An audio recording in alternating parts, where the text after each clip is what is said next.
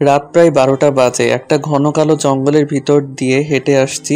সব দোষ ফাহিমের। কতবার বলছি এত দূরে খোলা রাখবি না, তাও রাখছে। হয়েছে কি, আমি আর ফাহিম খুব ভালো ফুটবল খেলতে পারি, আর মানুষ আমাদের খেলার জন্য নেয়। আর এসবের খোঁজ খবর সব ফাহিম নেয়, আমি শুধু খেলি আর টাকা নেই। তাই বরাবরের মতোই ফাহিম দূরে খেলা রাখছিল, আর এত দূরে হবে যেটা আমি জানতাম না।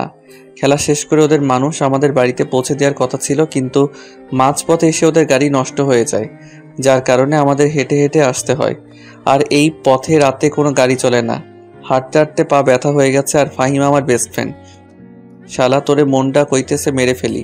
কে বলছিল এত দূরে খেলা রাখতে? হ্যাঁ, তোর বেটা, টাকা বেশি ছিল। কত পাইছস? 10,000 টাকা তো আমার কাছ থেকে নিয়েই নিছস। আর তুমি মনে হয় রাখো নাই। তাহলে এত কথা বলিস কেন? আজকে যদি একটা বাইক থাকতো তাহলে এভাবে হেঁটে হেঁটে বাড়িতে যেতে হতো না।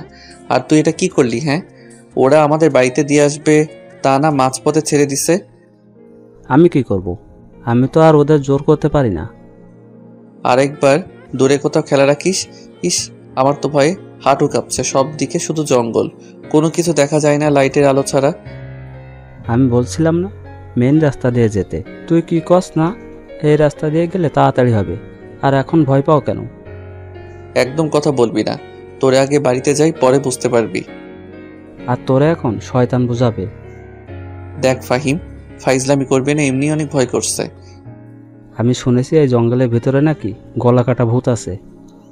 ফাহিমের কথা শুনে মনে হচ্ছে সত্যি সত্যি আমি প্যান্টের মাঝে হিসু করে দিব, এত ভয় করছে। আরে বেটা, ভয় পাস কেন? আমি আছি না, ভূতের সাথে একাই কুস্তি লেগে যাব। আরে আমি দেখে নিব, মনে রাখিস। আমাকে ভয় দেখানো? বলতে না বলতে একটা বৃষ্টির ডাক শুনলাম। মনটা চাইতেছে দৌড় দিয়ে পালিয়ে যাই, কিন্তু এখনো অনেক দূর বাকি আছে। কি? আমি বলছিলাম না এইখানে গলা কাটা ভূত আছে? আওয়াজ শুনছস? যা দেখ, ও তোরে বিয়ে করবে শালা, উল্টাপাল্টা কথা বলিস। কি রে, সামনে এটা কি দেখা যায়? আমাদের নিচে দেখ, রক্ত। ও মারে! এক লাফে ফাহিমের কোলে উঠে পড়লাম। এই শালা, আমার কোলে উঠলি কেন? তুই কি আমার বউটও? এখানে রক্ত কিভাবে এলো? তা কি আমি বলতে পারি? তুই আগে আমার কোল থেকে নাম বলছি। এত মোটা কেউ হয়? বাবারে, কি ওজন! আমি ফাহিমের কোলে থেকে নেমে, চল একটু সামনে এগিয়ে দেখি কি আছে। তোর কি একটু ভয় করছে না? ভয় আমাকে ভয় করবে? আমি কেন ভয়কে ভয় পাবো? বাবারে, তোর সাহস আছে বলতে হবে। তুই আমার পিছনে পিছনে আয়, আমি সামনে গিয়ে দেখি কি আছে। বলে ফাহিম সামনে যেতে লাগলো। ফাহিম কি জানি হাতে দিয়ে সরাতেই আমার চোখ কপালে উঠে গেল। দেখ বেচারাকে কিভাবে মারা হয়েছে, লিঙ্গ আর চোখগুলো তুলে ফেলা হয়েছে। ফাহিম, আমার খুব ভয় করছে। এগুলো ভূত হতে পারে মনে হয়। আরে এখানে ভূত টুত বলতে কিছুই নেই। এই ডিজিটাল যুগে কেউ ভূত প্রেত বিশ্বাস করে না, জানিস না? সত্যি তো, এখন কোনো ভূত নেই। তো আমি কি বলছি? তাহলে এইটা কি? এইটা আমাদের মতোই মানুষ। কিন্তু এখানে খুন করে রেখে গেল কে? আমারও মাথায় একই প্রশ্ন। একে খুন করেছে কে, আর এখানে রেখে গেলই কেন? আমার মনে হচ্ছে ও কাউকে ধর্ষণ করেছে, এই জন্য লিঙ্গ কেটে ফেলে রেখেছে। পয়েন্টের কথা বলছিস? এক কাজ করো, থানায় নম্বর আছে না, কল দে। এই তোর মাথা খারাপ হয়ে গেছে? এখন যদি থানায় কল দেই তাহলে বলবে তোমরা এত রাতে এখানে কি করি, আর আমাদের সন্দেহ করবে। এর থেকে ভালো আমরা এখান থেকে চলে যাই। তাহলে ফোনে কয়েকটা ছবি তুলে নিই, দাঁড়া। তাড়াতাড়ি কর। আমি ফোনটা বের করে কয়েকটা পিক তুললাম। ফাহিম, একটা বিষয় দেখছো? কি? দেখ, ওই লিঙ্গ কেটে লিঙ্গে মরিচ দেওয়া আছে, তার মানে ওকে খুব শাস্তি দিয়ে মারা হয়েছে। আর ওর শরীরের কোনো গুলি বা ছুরির দাগ নেই, সব কয়টা কোপানোর দাগ। আর আমার কেন জানি মনে হচ্ছে এইটা চাইনিজ কুড়ালের কোপ। আমি তাই দেখছি। তুই এক কাজ কর, সবগুলো পিক বড় স্যারের কাছে পাঠিয়ে দে, তাহলে মনে হয় আমরা কোনো সূত্র পাবো। এইটা ঠিক বলছো। আচ্ছা, এখন চল, সকালে দেখবি পুলিশ এমনিই এই লাশ খুঁজে পাবে। আমাদের শুরু ঘটনা তালাশ করতে হবে, যদি স্যার আমাদের অনুমতি দেয়। ফুটবল খেলা ছেড়ে এসব করা ভালো লাগে না। নিজের লাইফ গড়তে হলে এই চাকরি করতেই হবে। হাঁটতে হাঁটতে বাড়ির কাছে এসে পড়লাম। তাহলে আমিও যাই, নাকি এখনো ভয় পাবি? আরে না, তুই আমাদের বাসায় থেকে যা আজকে। না রে, সকালে বাবার সঙ্গে একটু কাজ করব, তাই যেতে হবে। আচ্ছা যা। ফাহিম চলে যাওয়ার পর চিন্তা করছি এখন কি কলিং বেল বাজাবো নাকি বাজাবো না। এমনি অনেক রাত হয়ে গেছে, বাসার ভিতরে তো যেতে হবে, নাকি বাইরে তো আর থাকা যাবে না। তাই কলিং বেল বাজাতে লাগলাম। এই ফাঁকে আমার পরিচয়টা দিয়ে দেই। আমি শেখ লাদেন ইসলাম তানজিম। আমরা 3 ভাই বোন। আমি সবার ছোট। আমার বড় ভাই একটা বোন আছে, আর বড় ভাইয়া বিয়ে করে ফেলছে। বাবার ছোট মোটো একটা বিজনেস আছে, আর ভাইয়া কোম্পানিতে কাজ করে, আর মা গৃহিণী। এখানে এই বাসায় আমার বোনের রাজত্ব চলে। বোঝেন না, একটাই মাত্র বোন আমার। হঠাৎ দেখি দরজা খুলছে। তুই আইস তো, যা, তোর এই ঘরে কোনো জায়গা নেই। এত রাতে আমার ঘুম ভাঙালি। আরবার বলছি, এত দূরে খেলতে যাবি না, তাও তো আমার কথা শুনলি না। তুই আমার লক্ষ্মী আপু না? তুই ছাড়া আমার কে আছে বল? হয়েছে, আর পাম দিতে হবে না, আয় ভিতরে। আমি ভিতরে যেতেই আপু দরজা বন্ধ করে দিল। কিছু খাইছ তো? আপু, তোমার ভাইকে আজ মেরে ফেলছে ওই ফাহিমের বাচ্চা। এত দূরে খেলা রাখছে, শেষে ওই সামনে একটা জঙ্গল আছে না, ওইটার ভিতর দিয়ে আসতে হয়। গালে হাত দিয়ে দাঁড়িয়ে আছি। তোরে কে আসতে বলেছিল?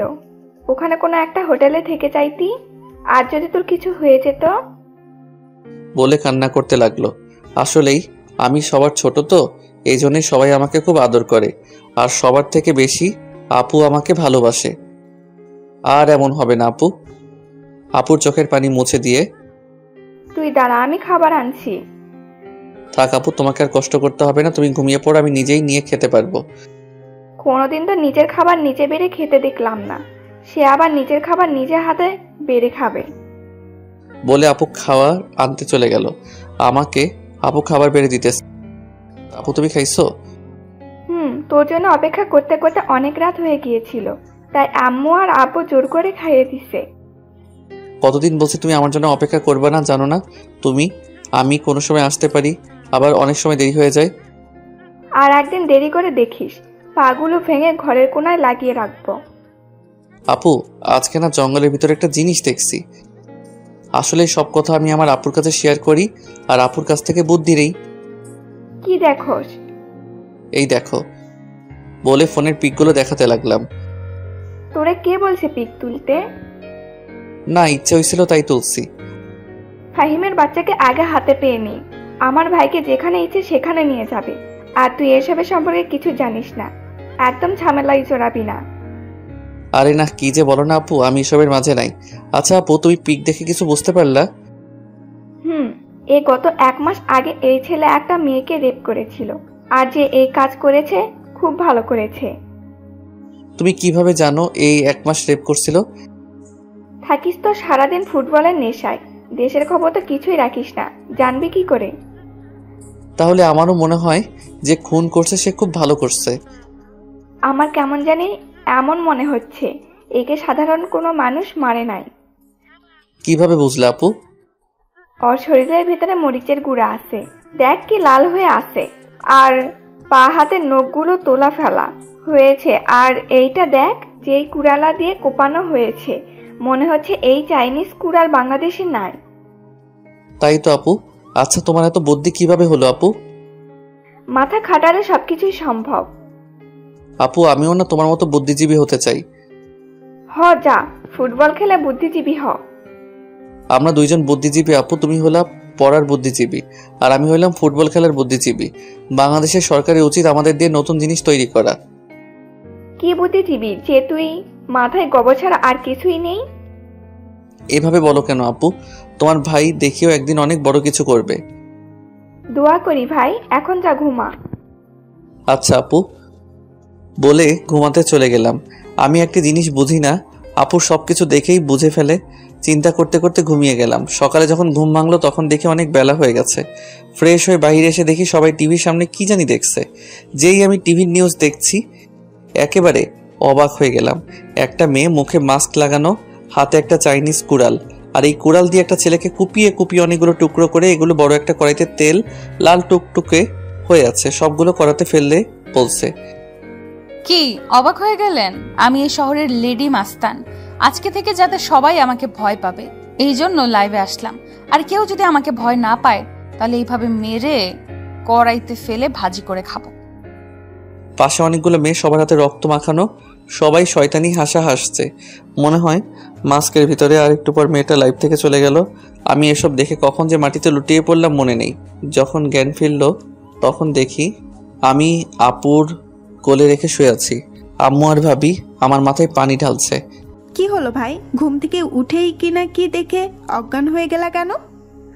ভাবি একটা মেয়ে হয়ে কিভাবে একটা ছেলেকে কুপিয়ে কুপিয়ে খুন করলো? এইটার জন্য অজ্ঞান হয়ে যাওয়া লাগে? আচ্ছা ভাই, তুমি ভীতু কেন? তুই বল তো। আম্মু আমি কি ভীত? এই, আমার ছেলেকে কেউ কিছু বলবা না। বাবা যা, এখন একটু শুয়ে থাক, তাহলে শরীর ঠিক হয়ে যাবে। বাবারে, মনে একটু সাহস রাখিস।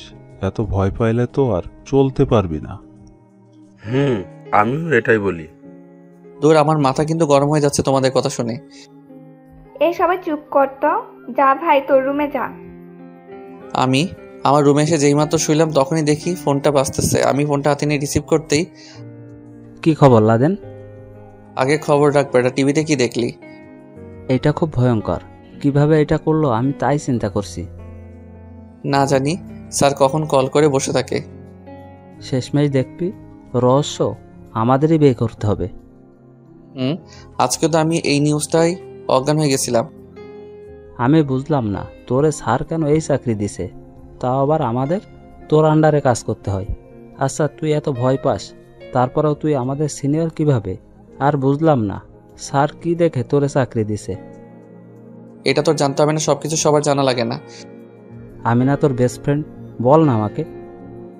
তুমি আমার এখন কিন্তু উল্টাপাল্টা কথা বলবো। ফোন রাখো, আমি একটু ঘুমাইবো। আচ্ছা ঘুমা, তবে বিকালে কিন্তু আমাদের মাঠে খেলা আছে। আজকেও খেলা? বিকালে রেডি থাকিস। আজকে না খেললে হয় না? না হবে না, পাড়ার খেলা বুঝিসই তো। আচ্ছা ফোন রাখো। ফোন রেখে একটু ঘুমাইতে চেষ্টা করছি। এসব দেখে একদম মাথা ব্যথা হয়ে গেছে। ঘুম থেকে উঠে বাহিরে এসে দেখি আপু আর ভাবি আড্ডা দিচ্ছে। আপু যা, রেডি হয়, একটু বাহিরে যাব। বাহিরে যাবি তো যা, আমি কেন যাব? এত কথা বলিস না তো, যা রেডি হ, পরে তোরে বলবো। আমি কেন বাহিরে তোর সাথে যাব? এইটা বলবি তো নাকি? সারপ্রাইজ মনে কর। তুই রেডি হ, যা রে বোন। যাও, এত করে যেহেতু বলছে। তোরে মনটা চাইতেছে।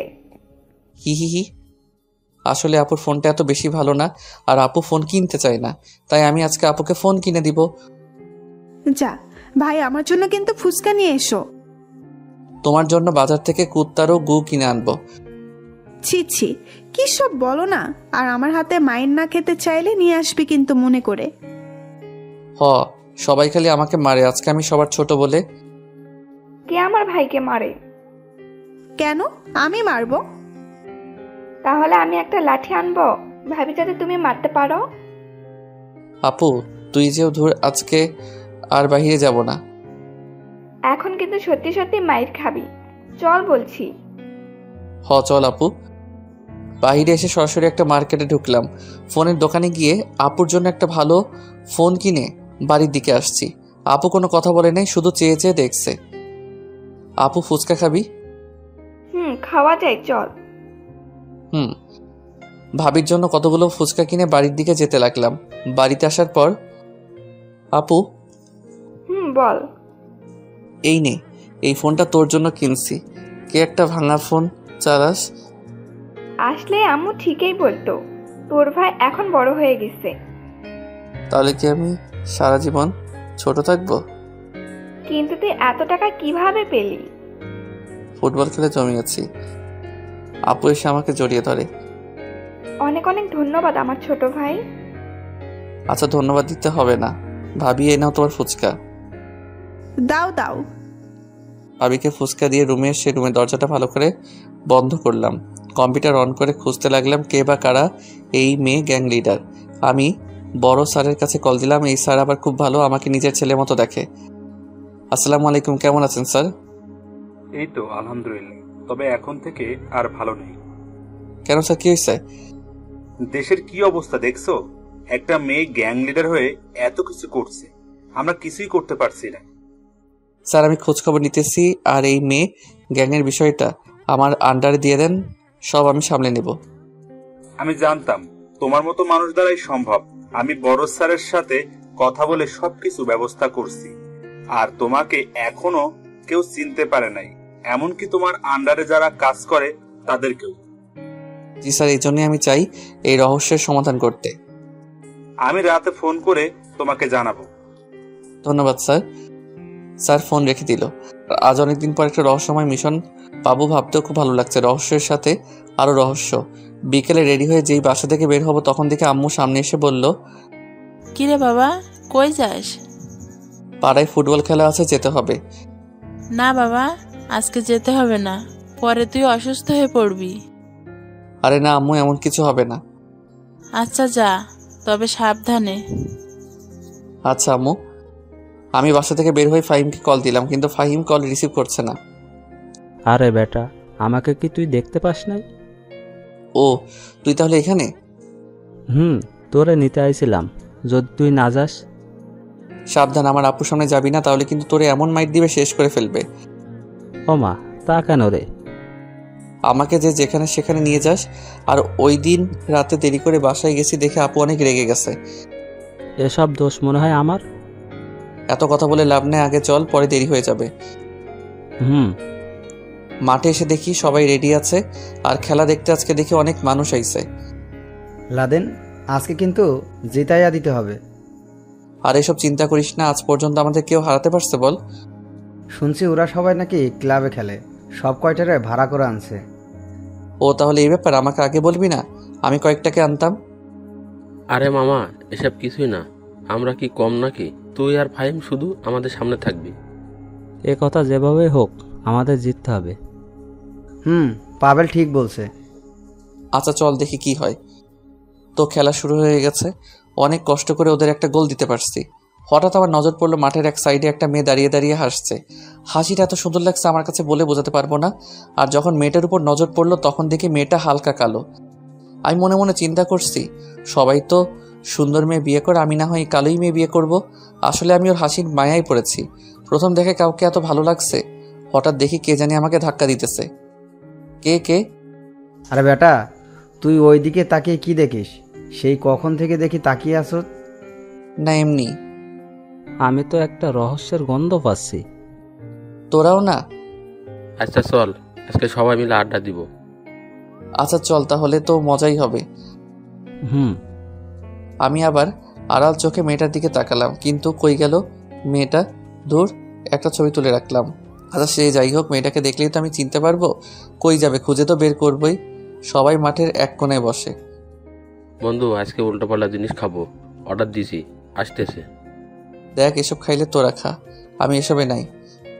আচ্ছা, তোরা দুজনে তো ভয় পাস কেন বলতো?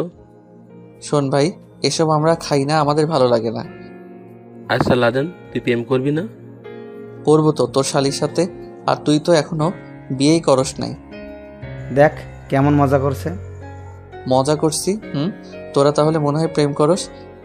আমরা প্রেম করি না, তবে যে মেয়েকে পছন্দ হয় তাকে জোর করে হলেও। বাস, আর বলতে হবে না। আচ্ছা তোদের একটা কথা বলবো। বল, তবে জ্ঞান দিবি না। তোরা যে মেয়েদের সাথে এসব করস, এসব তো ধর্ষণের কাতারে পড়ে। তোদের কি একটু দয়া করে না? আমি এসব করি না, ওই পাবেল আর সুমন। এসব করা ভালো না, জানিস না একটা মেয়ে কত অসহায়। অসহায় তুই কাকে বলছিস? যখন একটা মেয়েকে প্রপোজ করি তখন তাদের ডিমান্ড বেড়ে যায়। আর যদিও প্রেম করে ফেলি তাহলে দেখবি তলে তলে টেম্পো চালাই। আরও কয়েকটা আছে, তাই আমরা যা করি সব ঠিক কাজ করি। একদিন এর হিসাব বুঝবি। তোরা আমাদের বন্ধুর মতো থাকবি, আর অন্য কিছু একদম বলবি না। না রে ভাই, তোদের জ্ঞান দেওয়ার মতো আমরা আবার কে? এই তো চলে আসছে। তোরা খা। আমি আর ফাহিম বসে বসে ফোন টিপতে লাগলাম। অনেক রাত হয়ে গেল, এখন চল। তোরা নিজেদের কন্ট্রোল করতে পারবি নাকি ধরা লাগবে? কত খেয়েছি এগুলো তার হিসাব নেই, আর আমরা নিজেরাই কন্ট্রোল করতে পারি, এখন অভ্যাস হয়ে গেছে। ভালো, এখন চল। আমরা মেইন রাস্তা দিয়ে হাঁটতে লাগলাম। হঠাৎ পাভেল বলল, চল বাড়িতে যেতে, যেন তাড়াতাড়ি হয়ে অন্য একটা রাস্তা দিয়ে যাই। তাই করতে, নইলে আবার দেরি হয়ে যাবে। অন্য একটা রাস্তা দিয়ে যেতে লাগলাম। চারপাশে কিছু গাছ ঝোপঝাড়ও আছে। হঠাৎ সামনে দেখি দুইটা মেয়ে বাইক নিয়ে কই জানি যাইতেছে। পাভেল আর সুমন মেয়েগুলোকে থামিয়ে বলল, আপু, আপনাদের কাছে কোনো দড়ি হবে? মেয়েগুলো ভয়ে ভয়ে বলল, ভাইয়া আমাদের যেতে হবে। আপু, বিশ্বাস করতে পারেন, আমরা আপনার কিছু করব না, শুধু একটা দড়ি দিয়ে দেন। মেয়েগুলো বাইকের পিছন থেকে একটা লবরের মতো কি জানি দিল। আপু, আপনারা চলে যান। আর এই রাতের বেলায় কই যান? একটা বান্ধবীর বাড়িতে। আচ্ছা ভাইয়া, আমরা এখন যাই। 1 মিনিট, লাদেন আর ফাহিম একটু সাইডে আয় তো, তোদের সাথে কিছু কথা আছে। আচ্ছা যাবো, তার আগে মেয়েগুলো চলে যাক। আরে বলছি তো যাবে, তুই একটু এইদিকে আয়। বলে পাভেল আর সুমন আমাকে আর ফাহিমকে একটা গাছের সাথে তাড়াতাড়ি বেঁধে ফেললো আর কাদির মেয়েগুলোকে আটকে রাখছে। তবে মেয়েগুলো যাওয়ার জন্য খুব চেষ্টা করছে। কিরে, আমাদের এখানে আটকে রাখলি কেন? তোরা আমাদের পথের কাটা, তোদের জন্য মেয়েগুলোর সাথে কিছু করতে পারবো না, তাই তোদের আগে বেঁধে ফেলেছি। দেখ পাভেল, এমন করবি না মেয়েগুলোর সাথে, ওদের ছেড়ে দে। আমাদের কাজই এটা, চুপ করে দেখ, কথা বললে জায়গা মতো দিব। পাভেল, আমি না তোর বন্ধু, বন্ধুত্বের দোহাই দিয়ে বলছি, প্লিজ মেয়েগুলোকে ছেড়ে দে। পাভেল একটা রাইফেল ধরে আমার মাথায় বলল, এটা দেখছো কি, কোনো কথা বলবি না। বলে মেয়েগুলোর কাছে গেল। মেয়েগুলো বাঁচার জন্য খুব চেষ্টা করছে, কিন্তু 3 জন ছেলের সাথে কিছুতেই পারতেছে না। মেয়েগুলোর কাপড় টেনে টেনে ছিঁড়ে ফেলছে। হঠাৎ কোথায় থেকে 5টা বাইক এলো, যার কারণে ওরা মেয়েগুলোকে ছেড়ে দিল। যারা বাইক নিয়ে এসেছে সবগুলো বাইক থেকে নামার পর আমি তো দেখে অবাক হয়ে গেলাম, কারণ এগুলো হলো ওই মেয়ে গ্যাং লিডার, মুখে সেই একই মাস্ক পরানো। লাদেন, আমি কি স্বপ্ন দেখছি? না, এরা সত্যি সত্যি মেয়ে গ্যাং লিডার, কিন্তু ওরা কিভাবে জানে এখানে যে ধর্ষণ হবে? ভালো হয়েছে ওরা এসেছে। মেয়েদের গ্যাংগুলো নেমে কোনো কথা নাই পাভেলের ঘাড় বরাবর দিল এক কোপ। পাভেল কলাকাটা মুরগির মতো লাফাইতেছে। 3 জনকে এভাবে কুপিয়ে মেরে ফেললো। অন্য মেয়েগুলোকে বলল চলে যেতে। মেয়েগুলো যাওয়ার আগে আমার আর ফাহিমের বাঁধনগুলো খুলে দিয়ে বলল, ধন্যবাদ, আপনারা আমাদের বাঁচাতে অনেক চেষ্টা করছেন। আর মেয়ে গ্যাংগুলো সব কয়টা লাশ নিয়ে চলে যাচ্ছে। লাদেন, লাশগুলো তো নিয়ে যাচ্ছে। নিয়ে যেতে, ওই দেখিস আগের রাতের মতোই জঙ্গের ভিতরে পাবি ওদের লাশগুলো। তুই কিভাবে জানিস? ওদের সম্পর্কে এখন অনেক কিছু জানি। কিন্তু আমাদের চোখের সামনে আমাদের 3 বন্ধুকে খুন করে ফেললো। ভালো করছে, ওদের মতো বন্ধু বেঁচে থাকলে জানি না আরো কত মেয়েকে এভাবে নষ্ট হতে হতো। আমাদের তো ওদের খুঁজে বের করা উচিত। না, ওদের কাজ তুই ওদের করতে দে। আমরা পুলিশ যা পারি না ওরা তা করে দেখায়। হরে, আমার তো লজ্জা হয় এই চাকরি করে। চল বাড়িতে যাই, আর ওদের কথা যদি কেউ জিজ্ঞেস করে বলবি আমাদের আরো অনেক আগে চলে গেছে। চল। বাড়িতে আসার পর কলিং বেল বাজাতেই আপু এসে দরজা খুলে দিল। এই তুই আজকে আবার দেরি করে এলি কেন? কতবার বলছি এত রাত করবি না। আসলে আজকে একটু সমস্যা হয়ে গেছিল আপু, এই জন্য। কি হয়েছে? পরে বলবো আপু, এখন আমার মাথা খুব ব্যথা করছে, আমি এখন ঘুমাবো। আচ্ছা যা। রুমে এসে ঘুমিয়ে গেলাম। সকালে যখন ঘুম ভাঙলো তখন ফ্রেশ হয়ে বাহিরে এসে দেখি টিভিতে আবার সে একই নিউজ চলছে, রাতে যাদের মারা হয়েছে। এ আর নতুন কি, তাই আর টিভিতে চোখ দিলাম না। আমি টেবিলে বসতেই মা এসে নাস্তা দিল। কিভাবে দিনে দিনে খুনের সংখ্যা বেড়ে যাইতেছে দেখতেছো? বাবা, এখন দেখছো না আমাদের পাড়ার ছেলেগুলোকে মেরে ফেলছে? আমি মনে মনে চিন্তা করছি কেন মারছে। এটা তো আর তোমরা জানো না, জানলে হয়তো বুঝতে পারতা। বিকালে বাসা থেকে বের হয়ে ফাহিমকে আসতে বললাম, একটু পর ফাহিম এসে গেল। লাদেন, এভাবে আর চলতে দেওয়া যাবে না। কেন, কি আবার চলতে দেওয়া যাবে না? এই মাফিয়া গ্যাং লিডারদের ধরতে হবে, নইলে আস্তে আস্তে দেশের পরিস্থিতি আরো খারাপ হবে। ধরতে পারি আর নাই বা পারি, তবে এই মাফিয়া লিডাররা আমার মতো কখনোই খারাপ কাজ করে না। তুই দেখলি না, ওরা যারা মানুষের সাথে খারাপ কিছু করতে চায় ওদের কি মারে। বড় স্যার ফোন করছিল নাকি? না রে, বলছিল জানাবে, কিন্তু এখনো বলে নাই। তাহলে তুই কল দে। আরে কয়েকটা দিন তো ঘুরি মন মতো। তোরে আমি আজও বুঝতে পারি নাই। আচ্ছা বলতো, আমরা নিজেরাই নিজেদেরকে লুকিয়ে রাখছি কেন? ভাই শোন, তোর এত কথা শুনতে পারবো না, চল আজকে ফুচকা খাবো। আমার কাছে কোনো টাকা নাই, সব টাকা তুই দিবি। আচ্ছা দিব না, তাও চল। মেয়েদের মতো তুই ফুচকার জন্য এত পাগল কেন বুঝি না। দেখ ফাইমের বাচ্চা, আর কথা বলবি না, এখন চল। তো আর কিভাবে চলবো বল একটু, হাঁটতেছি হইতেছে না। তোর সাথে কথা বললে আমার মাথা গরম হয়ে যাবে। ফুচকার দোকানে এসে 2 প্লেট ফুচকা অর্ডার করে দাঁড়িয়ে আছি, হঠাৎ নজর পড়লো একটু দূরে। আরে এটা তো সেদিনের মেয়েটা। কি পছন্দ হয় নাকি? আরে বেটা পছন্দ হয় মানে, এটা তো তোর ভাবি। ভাবি মানে? আরে এই মেয়েটাকে সেদিন ফুটবল খেলায় প্রথম দেখায় প্রেমে পড়ে গেছি। তো এখনো দাঁড়িয়ে আসোস কেন? তো দাঁড়িয়ে থাকবো না তো কি করব? হ্যাঁ আরে বেটা তাড়াতাড়ি প্রপোজ কর, নইলে আজকে আবার চলে যাবে। ও ভালো একটা কথা বলছস, কিন্তু ফুল পাবো কই? ফোন থেকে যে কোনো একটা ফুল বের করে প্রপোজ করে ফেলবি। আচ্ছা। ভয় ভয় মেয়েটার কাছে গেলাম।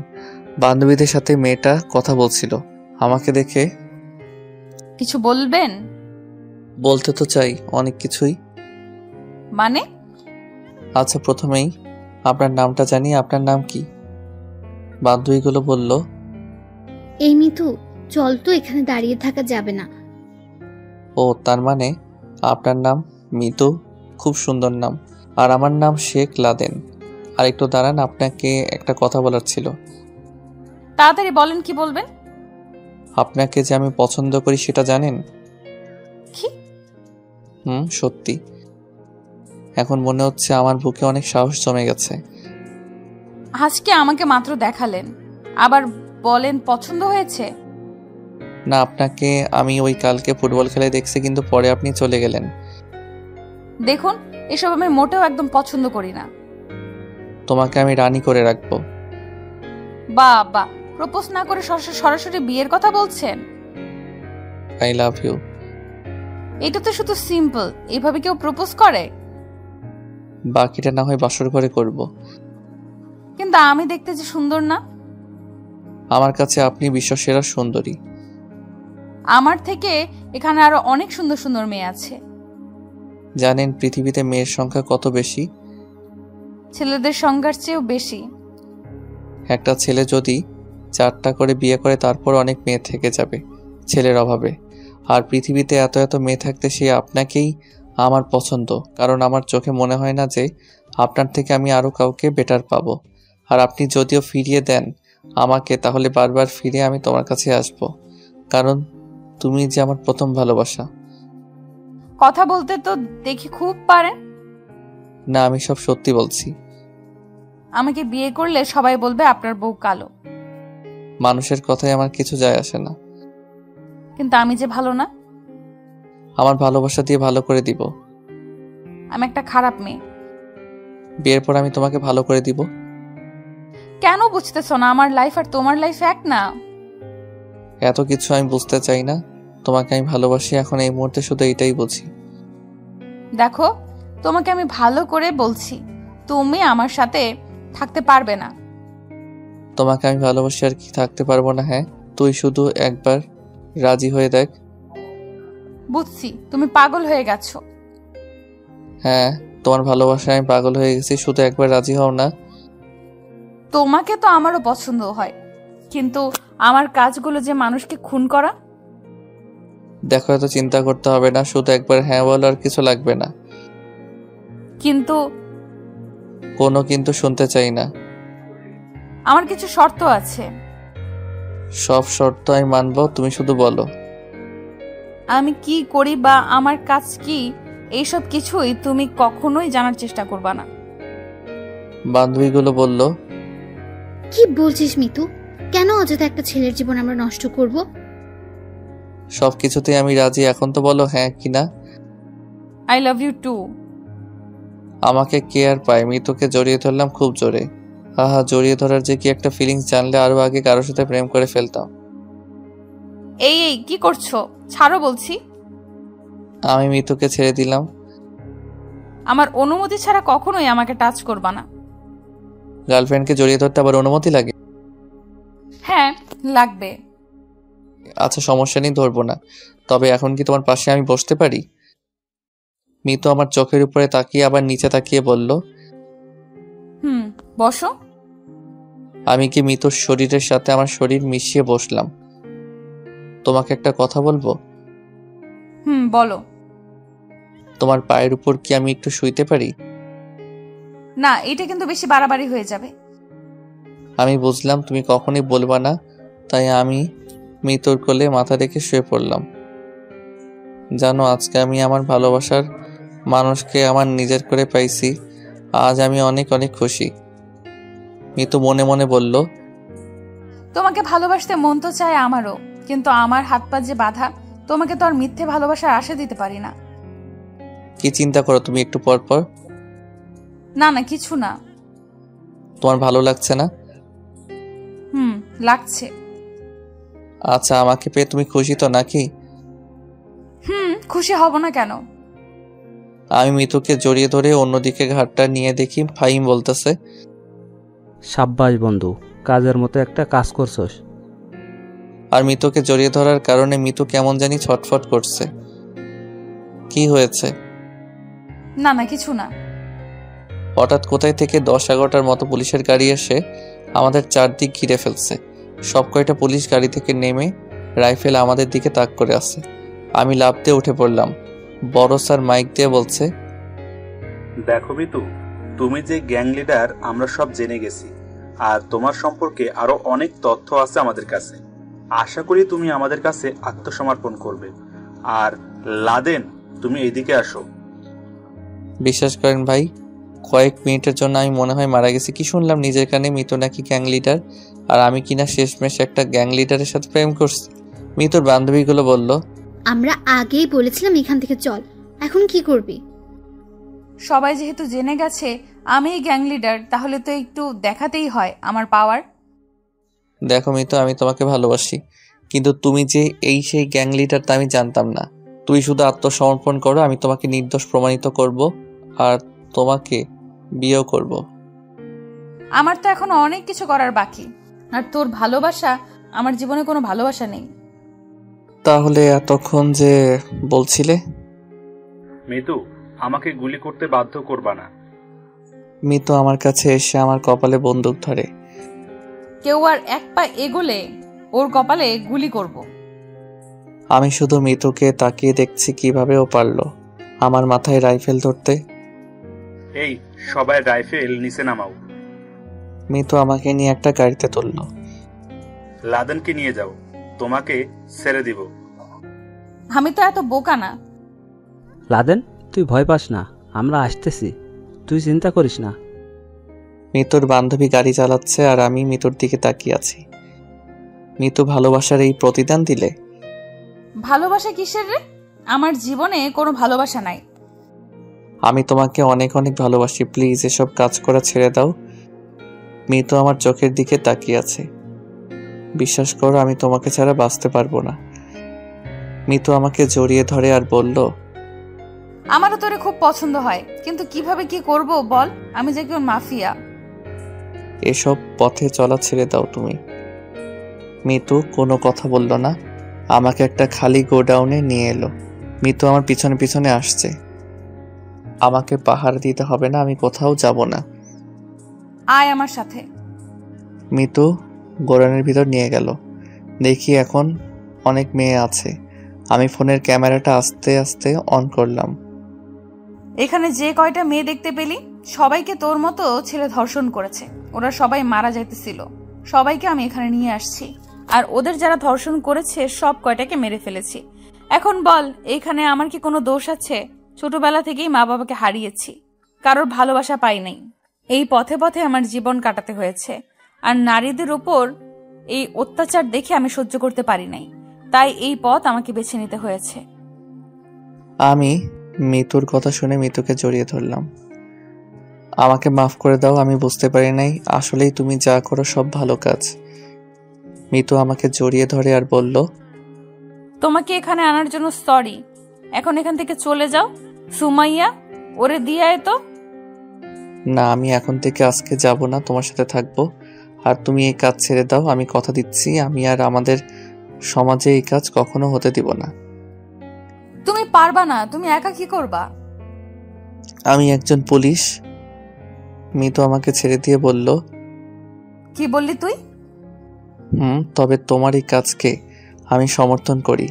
আর এই কাজ তুমি ছেড়ে দিবা, আমি তোমাকে বিয়ে করে নতুন করে সবকিছু শুরু করতে চাই। না না, এটা কখনোই সম্ভব না। আমি চলে গেলে ওদের কি হবে? ওদের সবাইকে আমার বন্ধুর কোম্পানিতে চাকরি দিব। সত্যি তো? পরে আবার অন্য কিছু করবা না তো? পুলিশদের বিশ্বাস করতে নাই। আমার ভালোবাসাকে তো বিশ্বাস করো। মিতু আমাকে জড়িয়ে ধরে কেঁদে দিল।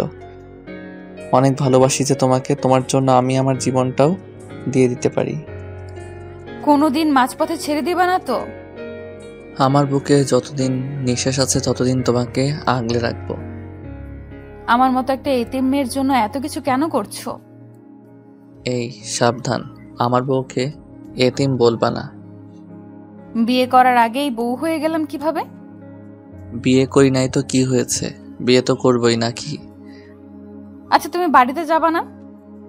না, আজকে তোমার সাথে এখানে থাকবো। কিন্তু সবাই যে আমাকে খুঁজতেছে।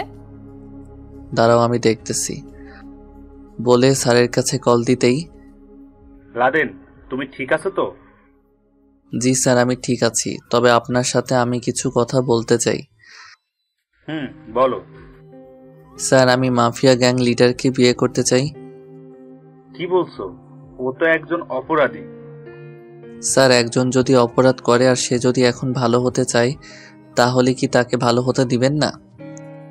আমি তাকে কোন বিশ্বাসে মাফ করে দিব? স্যার, আমি কালকে সকালে মিতুকে বিয়ে করব, আর সাক্ষী হিসেবে আপনি থাকবেন। আর আমি কথা দিচ্ছি ও কোনোদিন আর এসব কাজ করবে না। আর ও যাদের খুন করছে সবকটার প্রমাণ আমি আপনাকে দিব। তাহলে আপনি বুঝতে পারবেন ও নির্দোষ। খুন করেছে ঠিকই, তবে সবকটাকে অপরাধীকে যে আমাদের করা উচিত ছিল। বুঝলাম, কিন্তু তুমি কিভাবে মাফিয়া মেয়ে বিয়ে করবে কিছুই বুঝলাম না। আসলেই স্যার, আমরা দুইজন দুইজনকে আগে থেকেই ভালোবাসতাম। আচ্ছা, এই দিকের ব্যাপারটা আমি সামলাবো, আর এসব খুন খারাপি আর যাতে না শুনি। কথা দিলাম স্যার আপনাকে। আর কালকে কাজী অফিসে কিন্তু আপনি থাকবেন। অবশ্যই অবশ্যই থাকবো। আচ্ছা স্যার, ফোন রাখি। মিতু দেখি কান্না করছে। আমি মিতুর চোখের পানি মুছে দিয়ে, এই এভাবে কান্না করছো কেন? আমার জন্য এত কিছু কেন করছো? কেন আমাকে ভালো করছো? আমার বউ খারাপ থাকবে এটা আমি চাই না। আচ্ছা, এখানে কতগুলো মেয়ে আছে? 10 জনের মতো। সবাইকে বলবা আগামীকাল 11টার দিকে এই ঠিকানায় থাকতে। সত্যি তুমি সবাইকে চাকরি দিতে পারবা? আমার বউ এতদিন সবার দেখাশোনা করছে, এখন আমি এদের দেখব না তা কি করে হয় বলো? সত্যি তুমি অনেক অনেক ভালো। আমি তোমাকে অনেক অনেক ভালোবাসি। Same to you. এটার অর্থ আবার কি? মানে আমি তোমাকে ভালোবাসি, আর কাল থেকে তুমি আমার কাছে পড়তে বসবা। যা, কি যে বলেন না, এই বয়সে পড়বো? সবাই তো লজ্জা দিবে। আর আমি বলছি আমার কাছে শুধু রাতে পড়তে বসবা। আচ্ছা, তোমার কাছে পড়তে আমার কোনো আপত্তি নেই। রাতে যখন ঘুমাতে যাব তখন। কি গো বউ, আমি কোথায় থাকবো? কেন? আমার সাথে উপরে থাকবা? যদি উল্টাপাল্টা কিছু হয়ে যায় তাহলে? এই কি দেখছো? একটা রাইফেল দেখি একদম বুক দিয়ে ঢুকিয়ে দেব। যদি আমি মারা যাই? আমাকে ভালোবাসা শিখিয়ে তুমি কই যাবা? হ্যাঁ, আরে মজা করছি বলে শুয়ে পড়লাম। মিতু আমার জন্য সাইটের বালিশে শুয়ে পড়ল। এই কি করস? কেন? আমি আবার কি করলাম? এইদিকে আসো বলে মিতুকে আমার বুকে আনলাম। তুমি এত রোমান্টিক কেন? খালি বিয়েটা হতে দাও, পরে দেখবো না রোমান্টিক কত প্রকার ও কি কি। আমিও দেখতে চাই। আমাকে পেয়ে তুমি কি খুশি গো? অনেক অনেক খুশি। আজকে আমি খারাপ পথ ছেড়ে ভালো পথে যাওয়ার একমাত্র কারণ হলে তুমি। কথা বলতে বলতে কখন যে ঘুমিয়ে গেলাম বলতে পারি নাই। সকালে সবগুলো মেয়েকে অফিসে পাঠিয়ে বন্ধুকে কল করে বললাম, সব ঠিক আছে তো? সবকিছু ঠিকঠাক। আমাকে বিশ্বাস করতে পারো নাই, এখনো বুঝলাম। সরি, রাগ করিও না। আচ্ছা তুমি রেডি হও, আমাদের কাজী অফিসে যেতে হবে। তোমার মা বাবা বকবে না আমাকে বিয়ে করছো? সেই ব্যবস্থা আমি করতেছি বলে আপুকে কল দিলাম। কিরে ভাই, তুই ভালো আছিস তো? তোর কিছু হয় নাই তো? আরে না আপু, আমার কিছু হয় নাই। আর তুমি এখন কই আপু? আমি তো বাড়িতে। তাড়াতাড়ি আমাদের পাড়ার কাজী অফিসে চলে আসো। কেন রে ভাই, আজ আবার কার বিয়ে? আরে আপু এসে দেখবানে। আই তুমি আসো তো। আচ্ছা। ফাহিম আর স্যারকে বললাম আসতে। বেবি চলো, এখন সবাইকে বলছি আসতে। আমার না খুব ভয় করছে। তুমি এক কাজ করো, আপু আসতে আপুকে সালাম করবা আর আপুর মন জয় করার চেষ্টা করবা, তাহলে সব ঠিক হয়ে যাবে। আমি এত কিছু পারবো তো? অবশ্যই, আমি আছি না তোমার সাথে। মিতুকে নিয়ে কাজী অফিসে আসার পরে একে একে সবাই এসে পড়লো। লাদেন সাথে এই মেয়েটাকে? আপু এটা বলতেই মিতুকে আপুর পায়ে সালাম করে দিল। আমি মনে মনে বললাম, যাক, জায়গা মতো কাজ হয়েছে। এই মেয়ে তুমি কে? আপু আমি না ওকে খুব ভালোবাসি, তাই ওকে আমি বিয়ে করতে চাই। দাঁড়া, তোর বিয়ের ভূত বের করছি। মিতুমা থাম, ছোট মানুষ, থাক বাদ দাও। ওদের ইচ্ছে মতো আমরা বিয়ে করিয়ে দেই, যদি ওরা সুখে থাকে। তুই প্রেম করিস ভালো কথা, তার মানে এই না যে আমাকে বলবি না। আমি আপুকে জড়িয়ে ধরে বললাম, সরি আপু, আমার না তোমাকে এই কথা বলতে খুব ভয় হচ্ছিল, মাফ করে দাও আপু। আমি না হয় মেনে নিলাম, মা বাবার কথা একবার চিন্তা করতি। এই জন্য তুমিই আছো আপু। ছাড় আমাকে বলছি। আমি তোমার বাবা মার সাথে কথা বলবো। আচ্ছা এখন ওদের বিয়ের কাজটা শেষ করে ফেলি। ফাহিম আমার কানের কাছে এসে বলল, তোরে শুধু পটাইতে বলছিলাম, আর তুই কিনা একদিনে বিয়ে করে ফেললি। কথাবার্তা ঠিক করে বলবি, জানিস না আমার বউ একজন মাফিয়া, গুলি করে তোর মাথায় গুলি উড়িয়ে দিবে। বাবা তুই যে কিভাবে এই মেয়েকে কন্ট্রোল করবি তাই চিন্তা করছি। এত কিছু তোর চিন্তা করতে হবে না, দেখবি এক রাতে সবকিছু ঠিক হয়ে যাবে। এই তোরা কি বলছিস ফুসফুস করে? কিছু না আপু। তোমার নাম কি? জি, আমি মিতু। কাজী সাহেব বিয়ের কেস শুরু করেন। খুব সুন্দর করে আমাদের বিয়ে হয়ে গেল। সবাই মিলে বাড়ির দিকে রওনা দিলাম। বাড়িতে আসার পর আপু কলিং বেল বাজতেই মা এসে দরজা খুলে দিল। কি ব্যাপার, আজকে সবাই দেখে একসাথে? আর এই মেয়েটার নতুন বিয়ে হয়েছে মনে হয়। হয়েছে না, হয়ে গেছে তোমার ছেলের সাথে। কি? সত্যি। এই তুই আমার বাড়ি থেকে বেরিয়ে যা, তোর মতো ছেলের দরকার নাই। মা বাবা ছাড়া একা একা বিয়ে করে নিলি। স্যার, আপু, ফাহিম সবাই খুব কষ্ট করে মা বাবাকে রাজি করালো। সব ঝামেলা শেষ করে বাসর ঘরে ঢুকলাম, দেখি মিতু খুব সুন্দর করে বিছানায় বসে আছে। আমি গিয়ে মিতুর মুখের ঘুমটা উঠালাম। আজকে মিতুকে অন্যরকম সুন্দর লাগছে। বউ, ও বউ, তোমাকে তো আজকে অনেক সুন্দর লাগছে। এতটা সুন্দর আমি না। আমার কাছে তো সুন্দর নাকি? একটা কথা চিন্তা করলে খুব কষ্ট হয়। আগে ছিলাম কি আর এখন কি, আমি কোনোদিনই চিন্তা করতে পারি নাই আমার যে বিয়ে হবে। এসব কথা বলে নিজেকে আর দুঃখ দিয়ে লাভ নেই। এই বইটা নিয়ে এখন পড়তে বসেন। এই মেরে ফেলবো কিন্তু। আজকে একটা শুভ রাত, এসব পড়ে টরে সময় কাটাতে চাই না। বাবা, মেয়ে দেখি তো আমার থেকেও বিরাট চালু। আমার জামাই এত রোমান্টিক, আর আমি যদি একটু রোমান্টিক না হই তাহলে কি হয়? সবকিছু ভুলে গিয়ে মিতুকে নিয়ে সুখের সাগরে ভাসতে লাগলাম। আজ 4 বছর হয়ে গেল। আমার একটা ছোট ছেলে আছে, নাম মাহিন। আর আমার চাকরির জন্য সবসময় বাহিরে থাকতে হয়। আর আমার আপুকে ফাহিম বিয়ে করছে। তারা নাকি আগে থেকে প্রেম করতো, আর ফাহিম অনেক ভালো, তাই দিয়ে দিছি। ওই দেখো তোমার ছেলে কি বলে। কি বলে আমার ছেলে? তার নাকি একটা রাইফেল দরকার। কোন বুড়ি দেখে নাকি পাগল হয়ে গেছে। কিরে, বাবা মার মতো মাফিয়া ডন হতে চাস? মাফিয়া কি বাবা? তোর মাকে জিজ্ঞেস কর। মিতু আমার দিকে চোখ গরম করে বলল, রাতে মজা দেখব, মনে রাখিও। পারো তো শুধু এইটাই। কি বললা? তোর মাথায়। এভাবেই আমাদের সুখে শান্তিতে সংসার কাটতে লাগলো।